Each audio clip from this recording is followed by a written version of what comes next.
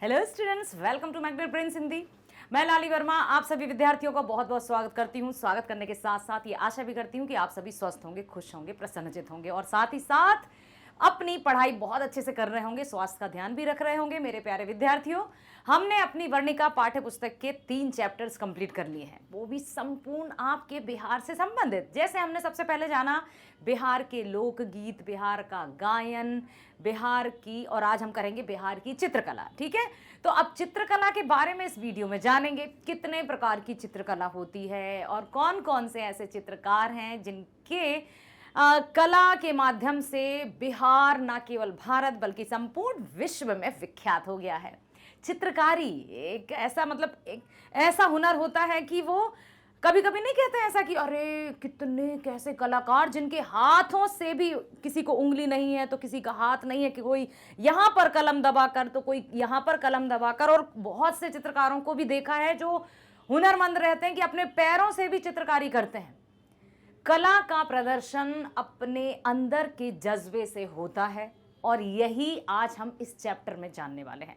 कला का अर्थ अपने जो भी कार्य हम करते हैं उनमें हमारा कितने % पार्टिसिपेशन है। सबसे पहली बात कि कोई भी कार्य हम जब करते हैं उसमें कितने % हम अपने आप को इन्वॉल्व कर रहे हैं। जितना अधिक हम इन्वॉल्व करते हैं अपने आप को, वो कार्य उतना ही निखरता है और उतनी ही प्रखरता के साथ वो पूरा होता है। इस बात को ध्यान रखिएगा, क्योंकि यदि काम को सिर्फ हम काम समझ के करेंगे कि चलो ठीक है करना ही तो है, कर लिया, तो वो काम भी बस हो ही जाएगा क्योंकि काम ही तो है। कोई भी काम जब हम रोचक अंदाज में करते हैं, 100% पार्टिसिपेशन के साथ करते हैं, अपनी भागीदारी के साथ करते हैं, तो वो काम अनोखा हो जाता है और उस काम से हमारी पहचान भी सबसे अलग हो जाती है। एक हीरे की तरह चमकती है हमारी पहचान। तो आइए जानते हैं बिहार की चित्रकला के बारे में क्या क्या देख पाएंगे। या फिर आप देखिए, यहाँ पर ये चित्रकला दिख रही है। आपने भी कई चित्रकलाओं के बारे में सुना होगा क्योंकि आप तो स्वयं बिहार के निवासी हैं। क्या आपने कभी जैसे भित्ति चित्रकला या और भी कई चित्रकारी रहती है वो देखी है? अब भित्ति का अर्थ होता है दीवार। दीवार पे जो चित्रकारी की जाती है उसको भित्ति चित्रकला की कहा जाता है। जैसे गेरू लाल कलर का एक मिट्टी रहती है, जैसे खड़िया रहती है सफेद कलर की। गाँव में आज भी आंगन या वो रहते हैं तो ढिग लगाई जाती है।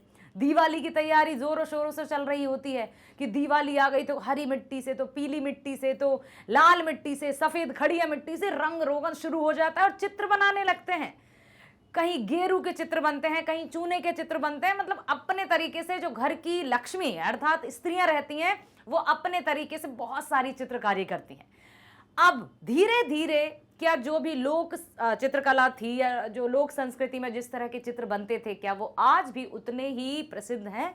क्या वो आज भी उतने ही मूल्यवान हैं, या फिर समय परिवर्तन के साथ साथ उस तरह की चित्रकारी में कुछ फर्क आया है?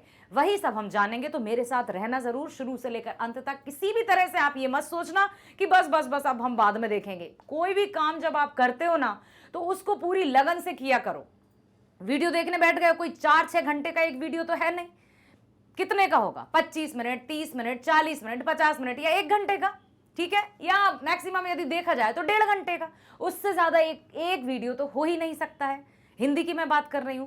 तो अब यहां पर इतने पेशेंटली यदि हम नहीं देख सकते तो फिर हम क्या देखेंगे बताइए? हम 3 घंटे की परीक्षा कैसे दे पाएंगे? फिर जब हम 1 घंटे स्थिर माइंड से हम नहीं बैठ सकते तो 3 घंटे कैसे बैठ पाएंगे? सोचने वाली बात यह भी है।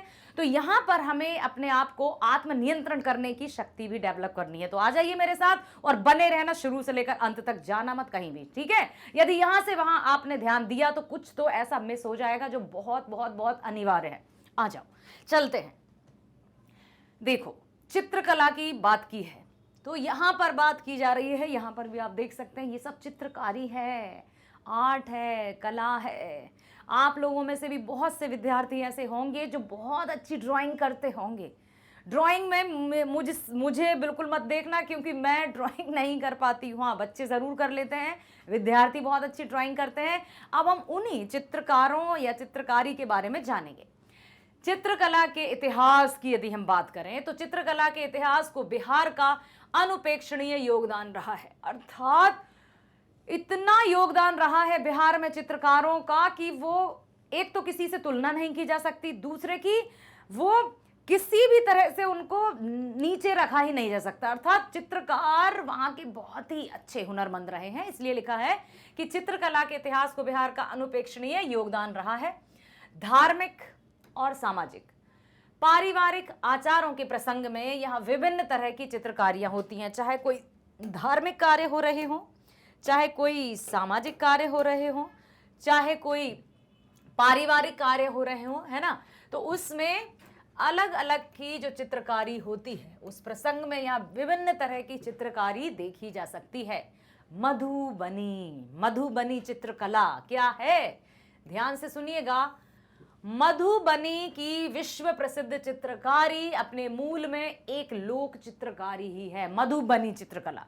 जैसे अपने विद्यालय में मैं भी आर्ट एंड क्राफ्ट टीचर जो हैं वो कहती हैं ये मधुबनी चित्रकला है मैडम, ये देखिए, देखते ही बनती है। तो अभी हम चित्रकारी से मतलब हमें नहीं आती, तो हमें देखकर अचंभा होता है कि हाउ कैन इट पॉसिबल, इतने ये हाथों में तो जादू है, ये हाथ तो कला की मतलब खजाना है। तो मधुबनी जो चित्रकला है, जो कि लोक चित्रकारी है, वो विश्व प्रसिद्ध चित्रकारी है। जब भी आपसे कोई पूछे कि मधुबनी किस तरह की चित्रकारी है, तो ये लोक चित्रकारी है जो कि विश्व प्रसिद्ध है। ठीक, अपने मूल में एक लोक चित्रकारी है।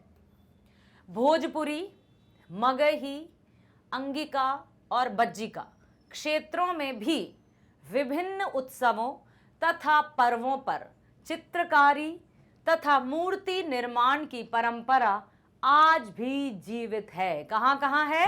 भोजपुरी, मगही, अंगिका, ये नाम है, ठीक है।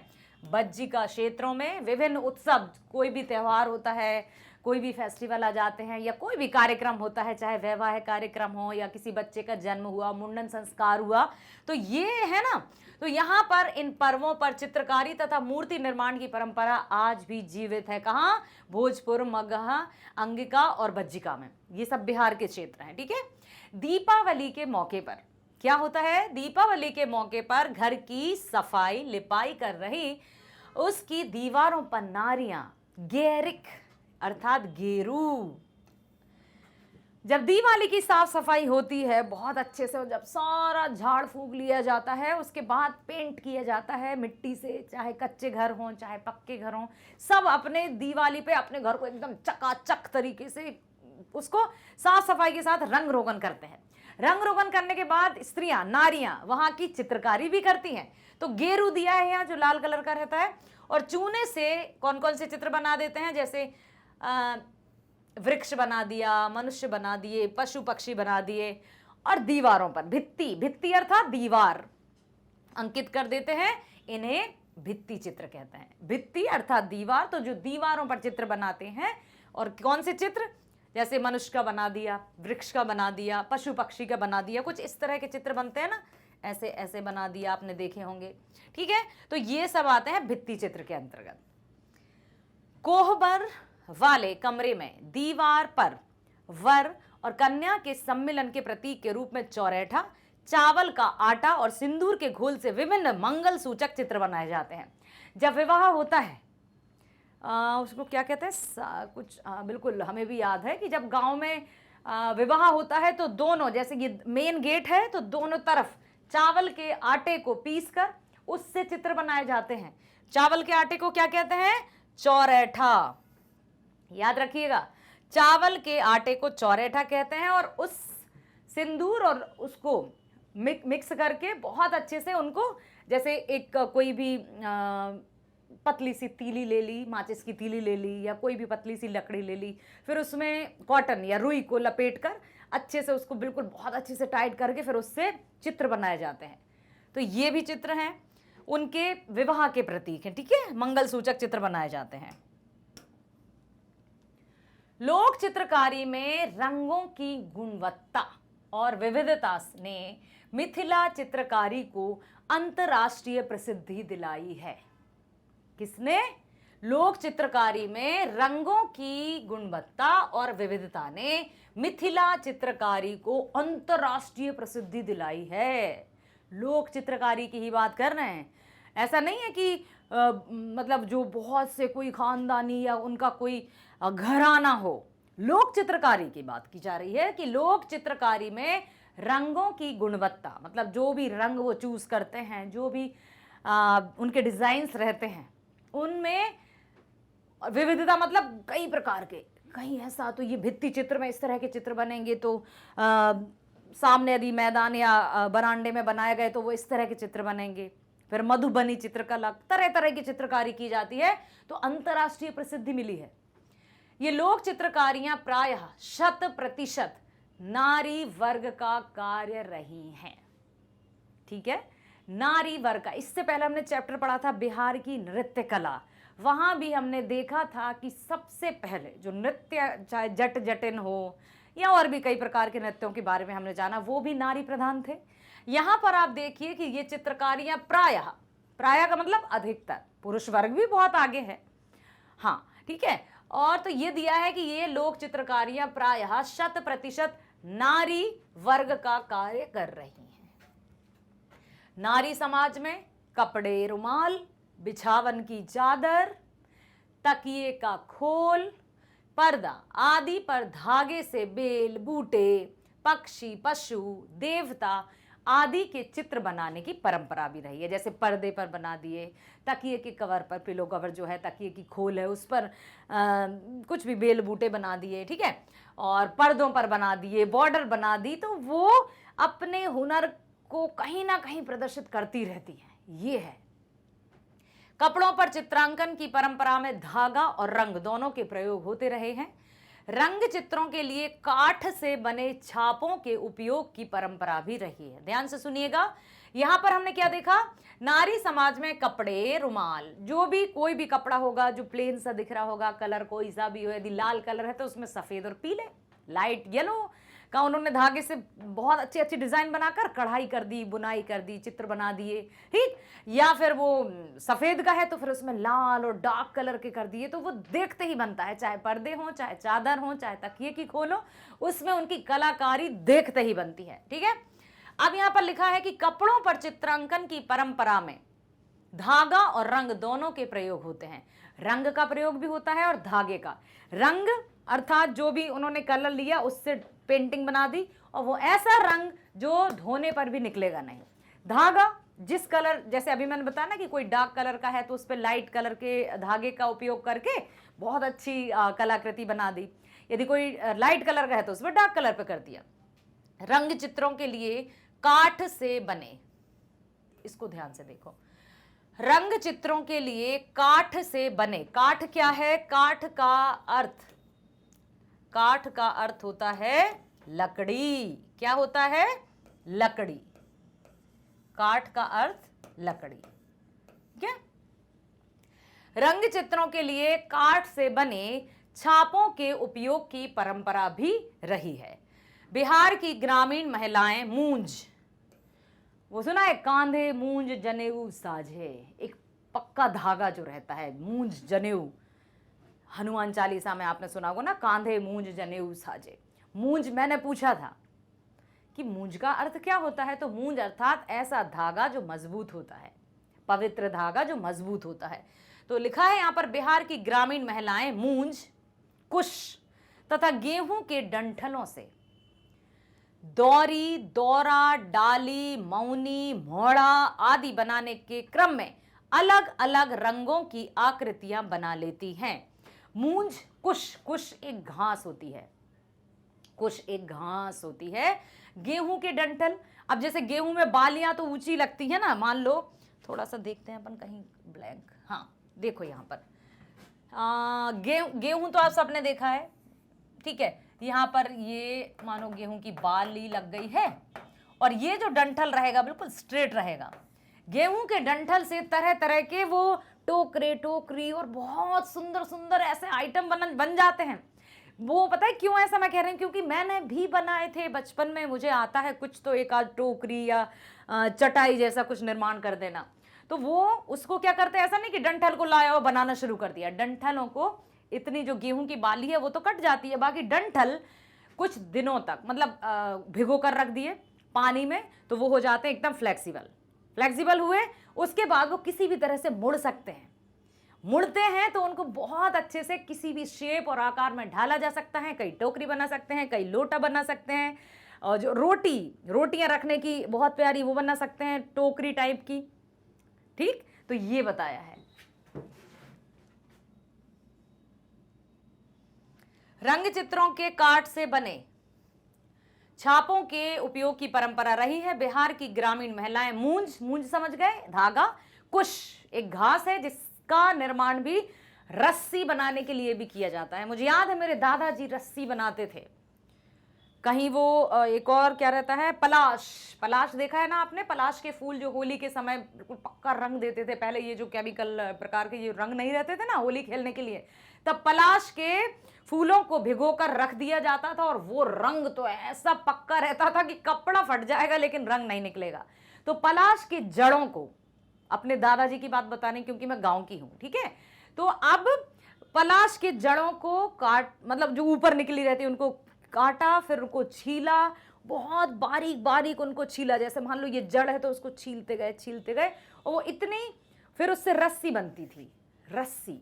तो इसी तरह से कुश जो घास रहती है उससे भी बहुत तरह की वस्तु बनती है। गेहूं के डंठल का देख लिया, दौरा दौरी, डाली, मौनी, मोड़ा आदि बनाने के क्रम में अलग अलग रंगों की आकृतियां बना ली जाती हैं।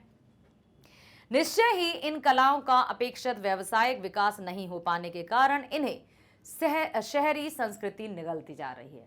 देखो यहां पर दिया है कि जितनी ये मूल्यवान हैं सॉरी, जितनी ये कलाकृति या कलाकारों का जो हुनर है वो मूल्यवान है, उतना उनको, मतलब जितनी अपेक्षा है कि जितनी मेहनत से, अपने हुनर से, हैंडीक्राफ्ट, अपने हाथों से वो इतना हुनर दिखा रहे हैं, लेकिन उनको उसके बदले में उतनी कीमत नहीं मिल पाती है।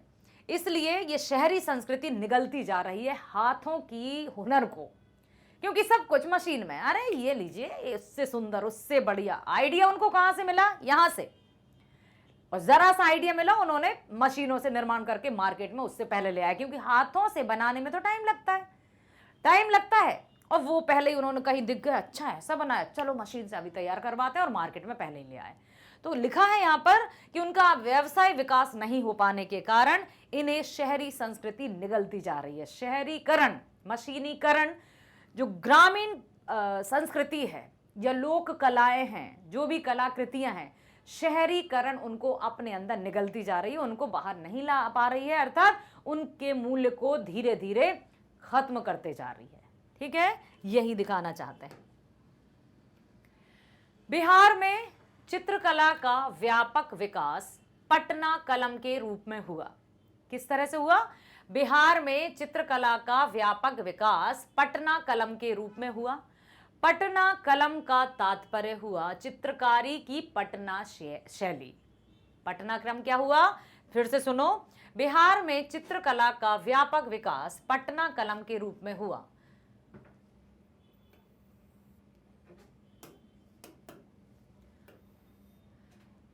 पटना कलम के रूप में हुआ। पटना कलम का क्या तात्पर्य है? पटना कलम का अर्थ है चित्रकारी की पटना शैली। ठीक है, इस पटना कलम के अंतिम महत्वपूर्ण चित्रकार राधा मोहन प्रसाद। पटना कलम का जहां जहां नाम आएगा आप याद रखिएगा, चित्रकार का नाम है महान अंतिम महत्वपूर्ण चित्रकार राधा मोहन प्रसाद का कथन है। क्या कथन है? कि बौद्ध धर्म के विकास के साथ साथ भारतीय चित्रकला के इतिहास में एक नवीन और विकसित अध्याय आरंभ होता है। इस युग में बिहार और उसकी राजधानी पाटलिपुत्र का स्थान सबसे अग्रगण्य होता है। बिहार में चित्र तथा मूर्ति कला के विकास का इतिहास मौर्य काल तक पहुंचता है। पाटलिपुत्र से बौद्ध प्रचारकों के साथ साथ चित्रकार तथा मूर्तिकार भी बाहर भेजे जाते थे। बुद्ध के उपदेश और उनकी जीवनी के विविध प्रसंग मंदिरों की भित्ति मतलब दीवार तथा स्तूपों पर वे चित्र मूर्ति के रूप में अंकित करते थे। उन्होंने क्या कहा? राधा मोहन जी जो कौन थे? जब भी पटना शैली या पटना कलम का नाम आएगा, राधा मोहन जी का नाम याद रखिए। तो उन्होंने कहा था कि बौद्ध धर्म के विकास के साथ साथ जैसे जैसे बौद्ध धर्म का विकास हुआ, बौद्ध धर्म के अनुयायी बुद्ध धर्म का जैसे जैसे विकास हुआ, उसी के साथ साथ भारतीय चित्रकला के इतिहास में एक नवीन और विकसित अध्याय आरंभ हुआ कि बौद्ध धर्म की प्रचार प्रसार के साथ बौद्ध धर्म के विकास के साथ साथ चित्रकला का भी विकास हुआ। ये बहुत अच्छी बात है। इस युग में बिहार और उसकी राजधानी पाटलिपुत्र का स्थान सबसे अग्रगण्य हो उठता है। इस समय जब बिहार में जब बुद्ध धर्म का विकास हुआ, उसी समय जो बिहार की चित्रकला है उसका भी विकास हुआ और सबसे पहला जो स्थान है पाटलिपुत्र, बिहार की राजधानी। बिहार में चित्र तथा मूर्ति कला के विकास का इतिहास मौर्य काल तक पहुंचता है। पाटलिपुत्र से बौद्ध प्रचारकों के साथ साथ चित्रकार तथा मूर्तिकार भी बाहर भेजे जाते थे। चित्रकार और मूर्तिकार बाहर उनको बुलाया जाता था। कोई भी जब फेमस हो जाता है, जब प्रसिद्ध हो जाता है, तो वो उनको बाहर बुलाया जाता है ना, तो ऐसा उनको बाहर भेजा जाने लगा। बुद्ध के उपदेश और उनकी जीवनी के विविध प्रसंग मंदिरों की भित्तियों तथा स्तूपों पर वे चित्र मूर्ति के रूप में अंकित थे। बुद्ध के उपदेश देते हुए चित्र बने रहते थे और उनकी जीवनी के विविध प्रसंग, मतलब उनके जीवन के जो भी प्रसंग रहे हैं कि वे कहाँ गए, उन्होंने कहाँ कहाँ अपना प्रवचन दिए, तो वो सब भी चित्रकारी के रूप में दिखाई देते थे, भित्तियों पर भी, दीवारों पर भी और स्तूपों पर। ठीक है। बौद्ध धर्म के ह्रास के बाद साथ साथ चित्रकार की धारा भी कमजोर पड़ती गई। जैसे जैसे बौद्ध धर्म का ह्रास हुआ, जैसे जैसे बौद्ध धर्म धीरे धीरे थोड़ा सा कम होने लगा, उसका प्रचार, उसका प्रसार, तो चित्रकला की धारा भी कमजोर पड़ने लगी। बौद्ध धर्म का जब विकास हुआ तो चित्रकला का भी विकास होने लगा, लेकिन कुछ वर्षों बाद जैसे जैसे बौद्ध धर्म का ह्रास देखो, एक शब्द होता है इस तरह से, इसमें रा लगा हुआ है, ऋषि, ह्रास, इसका अर्थ होता है खत्म होना, खत्म या कम होना। ठीक है। तो जैसे जैसे दिखाई दे रहा है, ह्रास एक शब्द होता है जो कि यहाँ लिखा हुआ है, इसको मैंने और अच्छे से लिख दिया है आपको, ह्रास अर्थात खत्म या कम। तो जैसे जैसे बौद्ध धर्म का विकास हुआ था वैसे वैसे लोक चित्रकला का भी विकास हुआ, लेकिन कुछ समय या कुछ वर्षों के बाद जब बौद्ध धर्म का ह्रास होने लगा तो चित्रकला की धारा भी कमजोर पड़ने लग गई। उसके बाद सैकड़ों वर्षों तक बिहार का इतिहास चित्रों से खाली दिखाई पड़ता है। इसीलिए सैकड़ों वर्ष तक जो बिहार का इतिहास है वो चित्रों से खाली दिखाई पड़ता है। मुगल सम्राट औरंगजेब के काल में राजकीय संरक्षण से वंचित हो जाने के कारण चित्रकार, मूर्तिकार जीविकोपार्जन के लिए देश के अनेक प्रमुख नगरों में गए। अब क्या हुआ कि जब बौद्ध धर्म धीरे धीरे समाप्त होने लगा तो चित्रकला भी गई। मुगल सम्राट औरंगजेब के काल में राजकीय संरक्षण से वंचित हो जाने के कारण अब मुगल सम्राट का, औरंगजेब का शासन स्टार्ट हो गया, तो वहां के जो चित्रकार थे, मूर्तिकार थे, उनको कोई वैल्यू नहीं दी गई। उनका कोई मतलब उनका जीविकोपार्जन मतलब जीविका उपार्जन मतलब जीवन जीने का जो साधन था, आय का जो साधन था, उनकी तो चित्रकारी ही आय का साधन थी, उसी से वो इनकम होती थी। अब जब उनकी चित्रकारी ही नष्ट होती जा रही है, अर्थात उसको कोई मूल्य नहीं दिया जा रहा, तो उनको अपनी जीविका चलाने में भी काफी कठिनाई होने लगी। तो संरक्षण से वंचित हो जाने के कारण चित्रकार, मूर्तिकार जीविकोपार्जन के लिए देश विदेश के अनेक प्रमुख नगरों में गए। उनमें कुछ पटना भी आए। स्थान परिवर्तन के बावजूद उन्होंने अपनी चित्रकारी नहीं छोड़ी। जो जिस हुनर में थे, जिस कला में थे, उन्होंने यही कहा कि क्योंकि जो जिसकी कला है वो क्यों छोड़े। उनकी चित्रकारी में मूल दिल्ली वाली चित्रकारी की विशेषताएं तो निहित रही हैं, परंतु स्थानीय प्रभाव से कुछ नई विशेषताएं भी उभरी। उस नई शैली को पटना शैली या पटना कलम नाम मिला। अब देखिए, आपसे पूछा जा सकता है कि पटना कलम या पटना शैली क्या है, तो देखो, धीरे धीरे जब बौद्ध धर्म का विकास हुआ तो चित्रकला का विकास हुआ। जब बौद्ध धर्म धीरे धीरे कम होने लगा, ह्रास होने लगा, तो चित्रकारी का भी ह्रास होने लगा। फिर मुगल शासन आया। मुगल शासक आया कौन? औरंगजेब के काल में जो मूर्तिकार थे उनको मतलब जीवन जीने के साधनों से भी वंचित होने लगे और देश के अनेक प्रमुख नगरों में गए। पटना भी आए, पटना की बात की गई है, तो वो पटना भी गए। स्थान परिवर्तन के बावजूद उन्होंने अपनी चित्रकारी नहीं छोड़ी। उनकी चित्रकारी में मूल दिल्ली वाली चित्रकारी की विशेषताएं तो निहित नहीं रही। मतलब जैसी वो दिल्ली में बनाते थे या दिल्ली के हिसाब की वो चित्रकारी बनाते थे वैसी चित्रकारी तो नहीं रही, परंतु स्थानीय प्रभाव से कुछ नई विशेषताएं उभरी। उस नई शैली को पटना शैली या पटना कलम का नाम मिला। इस चित्र शैली का काल सन 1760 के आसपास से सन 1947 के लगभग तक माना जाता है। याद रखना कि पटना कलम या पटना शैली का जो काल है, जो समय, काल मतलब समय, पीरियड, ठीक है, 1760 से 1947। 1760 से शुरू हुआ, तो जब हमारे भारत देश को आजादी मिली ना 1947, तब तक उसका काल माना जाता है पटना कलम या पटना शैली का। याद रखना आप, ठीक है।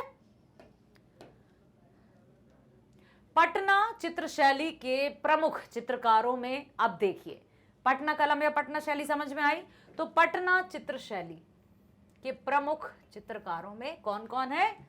जयराम दास, झुमकलाल, फकीर चंदलाल, शिव दयाल, भैरोजी, मिर्जा निसार मेहंदी, गोपाल लाल, गुरु सहाय, सेवक राम, कन्हैया लाल, जय गोविंद लाल, सोना कुमारी, महादेव लाल, ईश्वरी प्रसाद वर्मा आदि प्रमुख थे। ये कौन है? ये पटना कलम या पटना शैली के चित्रकारों के नाम है, कुछ प्रमुख, बाकी तो और भी बहुत लोग थे।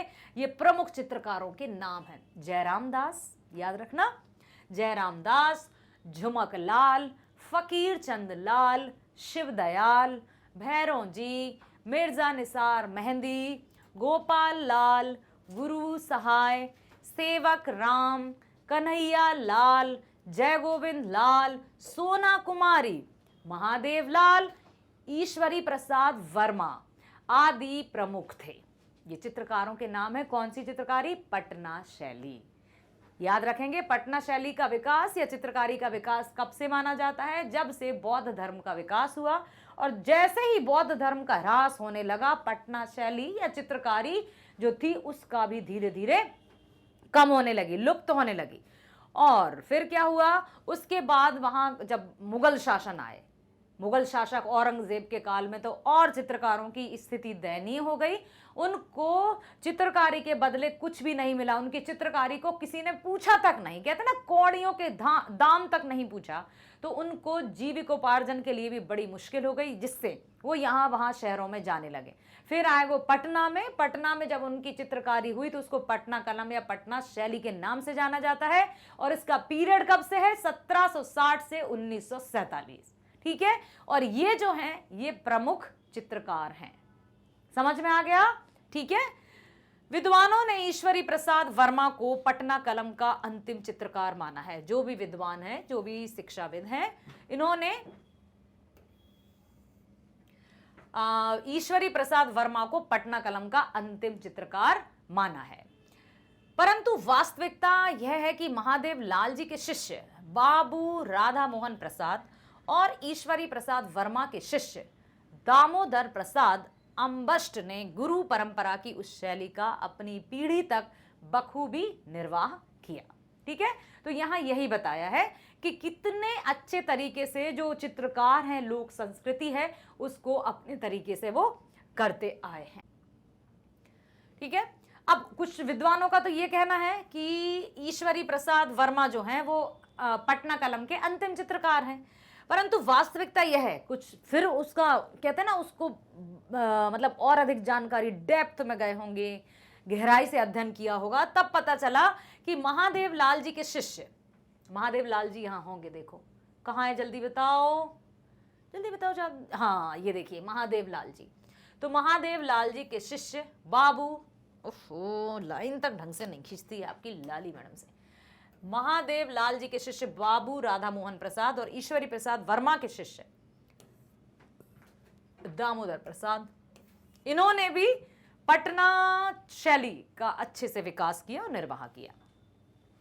पटना कलम के चित्रों में विषय के रूप में पशु पक्षी। अब आपसे यह पूछा जा सकता है कि पटना कलम क्या है? पता है, जिसने ये चैप्टर नहीं पढ़ा हो या जिसको पता नहीं हो तो कहेंगे पटना कलम, क्या ऐसी कलम जो पटना से खरीदी हो? नो नो नो, पटना कलम चित्रकारी है। तो पटना कलम के चित्रों में विषय के रूप में पशु पक्षी, प्राकृतिक दृश्य, किसान, लघु व्यवसायी, ये चित्र है। पटना कलम में किस तरह के चित्र बनाए जाते हैं? पशु पक्षी के चित्र बनाए जाते हैं, प्राकृतिक दृश्य बनाए जाते हैं, किसानों के चित्र बनाए जाते हैं, लघु व्यवसायी मतलब छोटे छोटे जो बिजनेसमैन रहते हैं, नाई, बार्बर हेयर जो काटते हैं ना सलून पर जाकर, या अब तो नाई है सबसे अच्छा जो कटिंग करते हैं, धोबी, बढ़ई जो लकड़ी का काम करते हैं, लोहार जो औजार बनाते हैं, मोची जो जूते चप्पल बनाते हैं, तेली जो तेल का काम करते हैं, मिस्त्री जो दीवार विवार उठाते हैं, गरीब, ब्राह्मण, मुनीम, मैनेजर जैसे जमींदार आदि के जीवन तथा कार्य हुआ करते थे पटना कलम के चित्रों में। ठीक है, तो इस तरह के यदि आपको कहीं चित्र दिखाई दे जाएं तो बिल्कुल आप अंदाज लगा लेना कि ये तो पटना कलम है। आप कह सकते हो कि ये पता है, ये जो चित्रकारी है ना, ये पटना कलम है। कितनी अच्छी जानकारी मिली। पटना कलम जो चित्रकारी है उसमें इस तरह के चित्रों को ही स्थान दिया जाता है। चित्रकारों को स्थानीय जमींदारों, नवाबों के संरक्षण भी मिले थे।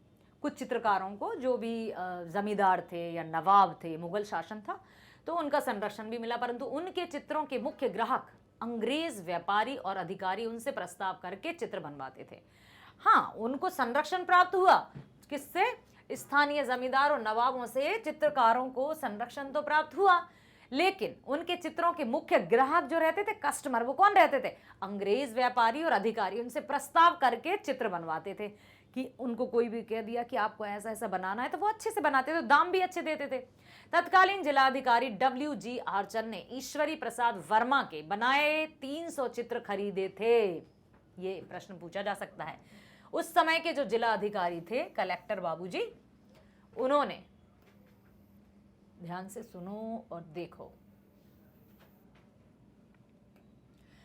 तत्कालीन जिलाधिकारी, उस समय के जो जिलाधिकारी थे WG आर्चर ने ईश्वरी प्रसाद वर्मा के बनाए हुए 300 चित्र खरीदे थे। आर्चर ने ही सर्वप्रथम मधुबनी चित्रकला से अंतरराष्ट्रीय जगत को परिचित कराया। वाह, तालियां बजा दो, बहुत गर्व की बात है कि इस तरह से उन्होंने ये किया। पटना कलम के चित्रों की प्रमुख विशेषता बिहार के वर्ग विभाजित लोक जीवन का यथार्थ अंकन हुआ करती थी। वे चित्रकार विभिन्न पौधों के रस, अब देखो चित्रकार कैसे चित्रकारी करते थे। क्या तब आपकी तरह जो आजकल के कलर्स हैं वो हुआ करते थे? 1760 से शुरू हुआ था, तब ये कलर्स आते थे मार्केट में, तो कैसे चित्र बनाते होंगे? और चित्र भी इस तरह के कि वो कुछ नहीं होता था, पानी गिर जाए या कुछ हो जाए उन पर। कैसे देखो अब। पटना कलम के चित्रों की प्रमुख विशेषता बिहार के वर्ग विभाजित करने लोक जीवन का यथार्थ अंकन हुआ करती थी। यथार्थ अंकन मतलब वास्तविकता दिखाती थी वहां के चित्रों में। वे चित्रकार विभिन्न पौधों के रस, किसी भी पत्ती को यदि ऐसे आप ऐसे कर लोगे ना और निचोड़ लोगे तो उससे रस टपकता है हरा। जिस कलर की पत्ती होगी, जिस कलर का फूल होगा, तो हरा कलर हो गया। गोमूत्र, फूल के रस, नील जो कपड़ों में नील दिया जाता है, गेरू, कोयला से काला, गोंद मतलब ग्लू, बकरी का दूध, कौड़ी, मोती, तांबा, तूतिया, लाजवर्त एक रत्न आदि से तैयार रंगों का प्रयोग करते थे, ना कि वो ऑयल पेस्टर, वाटर कलर, ये कलर वो कलर जो आज मार्केट्स में दिखाई देता है, वो कलर तब नहीं थे। और जो यहाँ पर आप देखो जो ये कलर्स थे ना, वो समझिए कि आज भी यदि आप म्यूजियम में जाएंगे जहाँ बिहार की चित्रकारी की कहीं तो है ना, वहाँ पर आप जाएंगे तो वो आज भी उनकी चित्रकारी ऐसी लगेगी जैसे बस कल ही बनाई गई हो, क्योंकि वो जो रंग रहते थे वो इतने अच्छे रहते थे। तो कैसे बनते थे? पौधों का रस, गोमूत्र, फूल का रस, नील, गेरू, कोयला, गोंद, बकरी का दूध, कौड़ी, मोती, तांबा, तूतिया, एक रत्न आदि से तैयार रंगों का प्रयोग करते थे। यानी वे अपनी चित्रकारी में प्राकृतिक तथा खनिज दोनों रंगों का प्रयोग करते थे। ठीक है।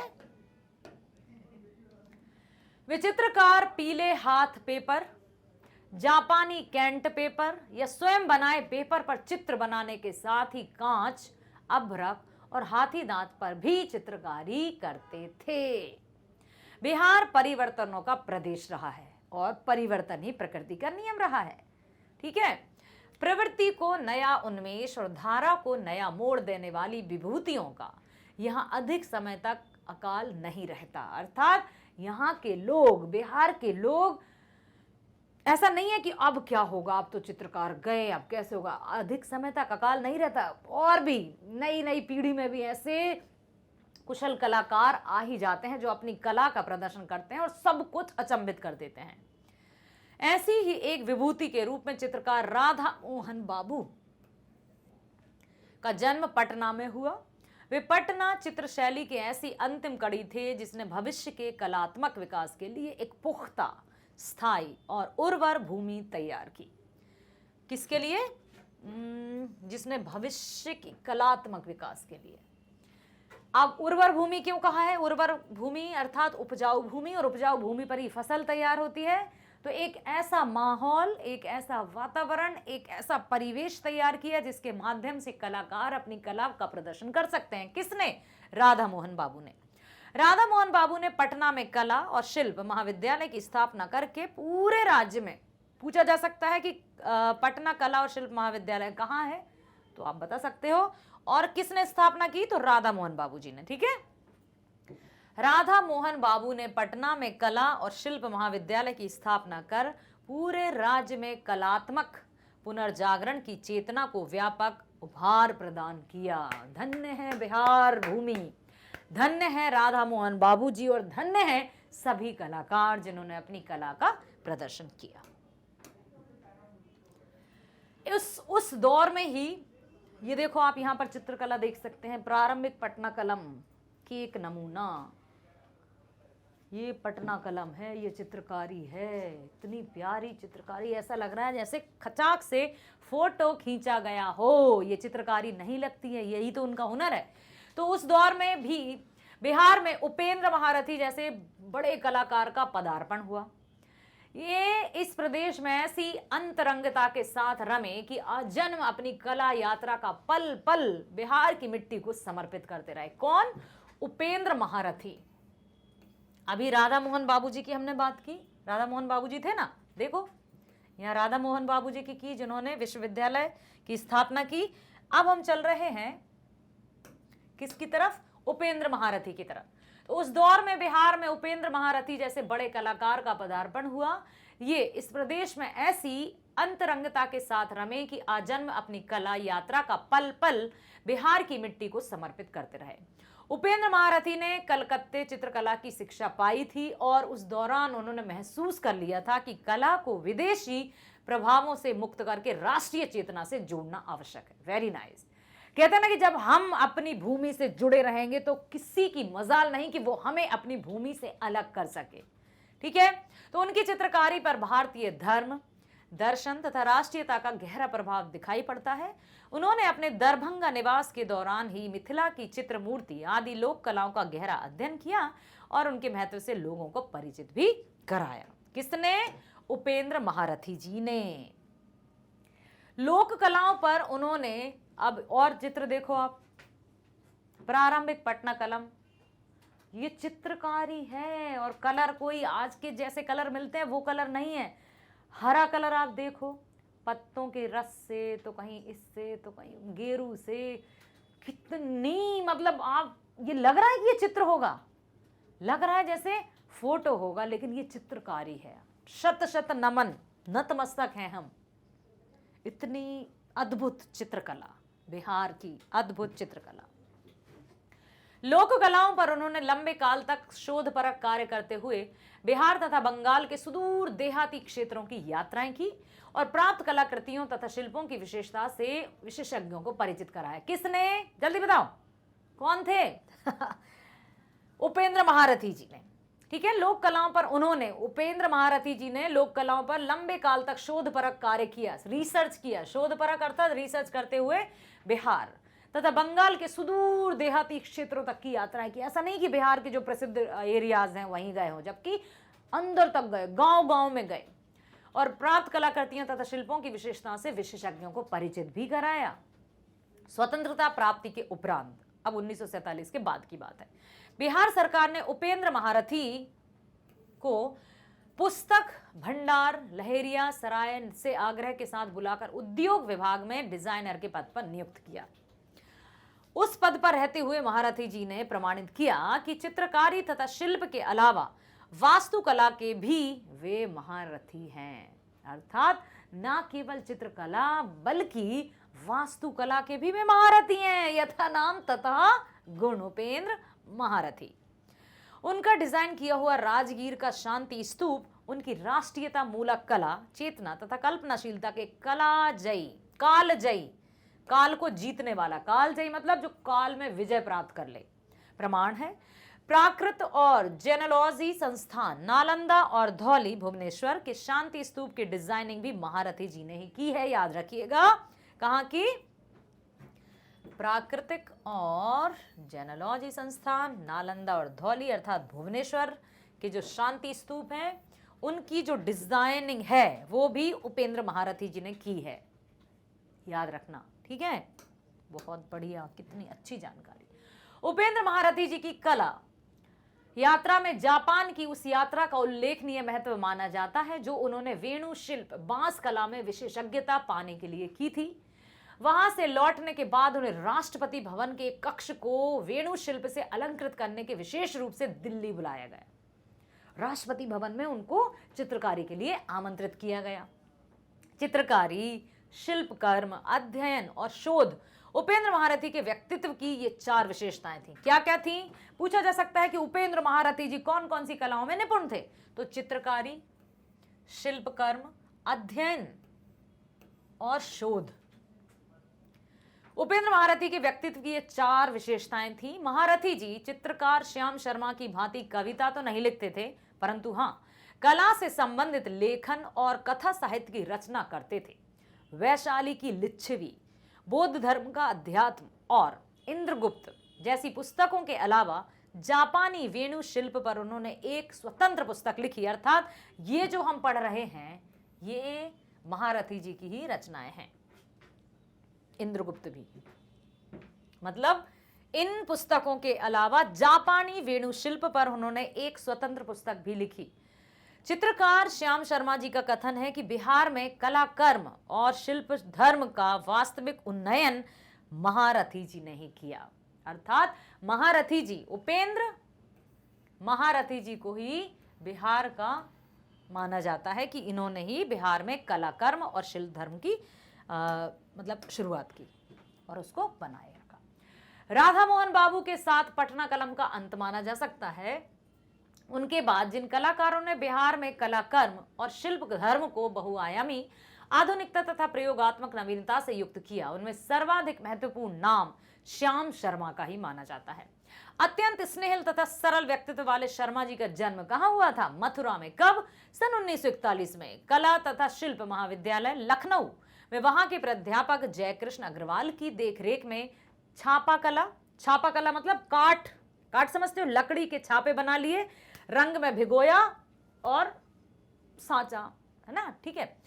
तो लखनऊ में वहां के प्राध्यापक जयकृष्ण अग्रवाल की देखरेख में छापा कला में विशेषज्ञता प्राप्त करने के उपरांत शर्मा जी पटना आए और यहाँ के कला और शिल्प महाविद्यालय में छापा कला के विशेषज्ञ शिक्षक के रूप में अध्यापन करने लगे। अध्यापन मतलब टीचिंग, ठीक है।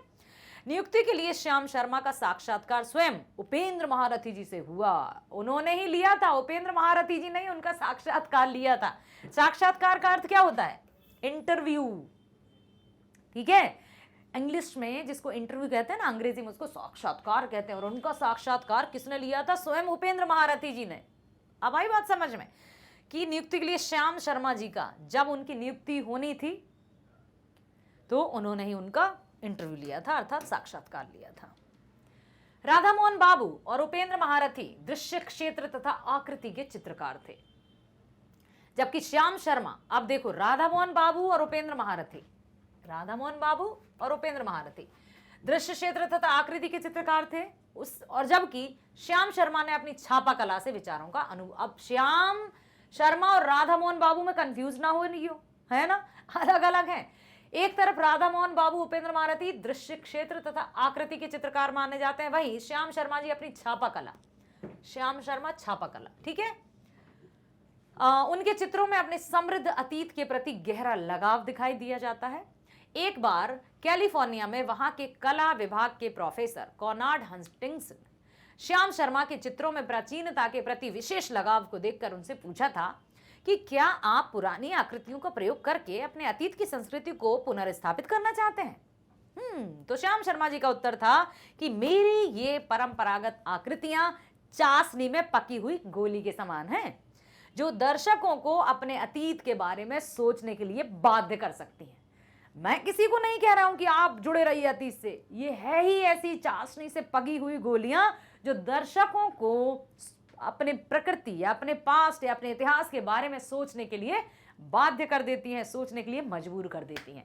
ये थी उनकी बातें, जिसको सुनकर पुनर्स्थापित करने के लिए नहीं, निश्चय ही श्याम शर्मा के चित्रों में विचारों, भावों की प्रधानता का ही परिणाम है कि उनकी मानवीय तस्वीरें में वैचारिकता से चलते श्रृंखला के रूप में व्यक्त हुई हैं। उन्होंने आपातकाल और जयप्रकाश नारायण शीर्षक से एक चित्र श्रृंखला बनाई थी, जिसकी प्रदर्शनी पटना में लगी थी।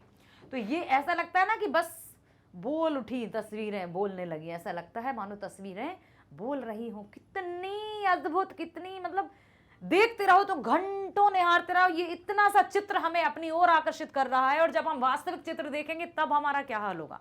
तो कलाकार अपनी कला से दर्शकों को अपनी ओर आकर्षित कर ही लेते हैं। ऐसे कलाकार बिहार भूमि ने ही जन्म दिए उन्होंने, ठीक है, समझ आया। चित्रकला, कौन कौन आप में से कौन कौन ड्राइंग करते हैं, किस तरह की चित्रकारी करते हैं, बताइएगा जरूर। इसी तरह से हर एक चैप्टर को हम बहुत अच्छे से पढ़ने वाले हैं, जिसके माध्यम से, जिसकी सहायता से आप अपने राज्य के बारे में तरह तरह की अमूल्य बातों के बारे में जान पाएंगे, जो ना केवल आपका ज्ञान बढ़ाएंगी बल्कि आगे आने वाली प्रतियोगी परीक्षाओं में भी बहुत बहुत महत्वपूर्ण सिद्ध होंगी, अर्थात सहायक सिद्ध होंगी।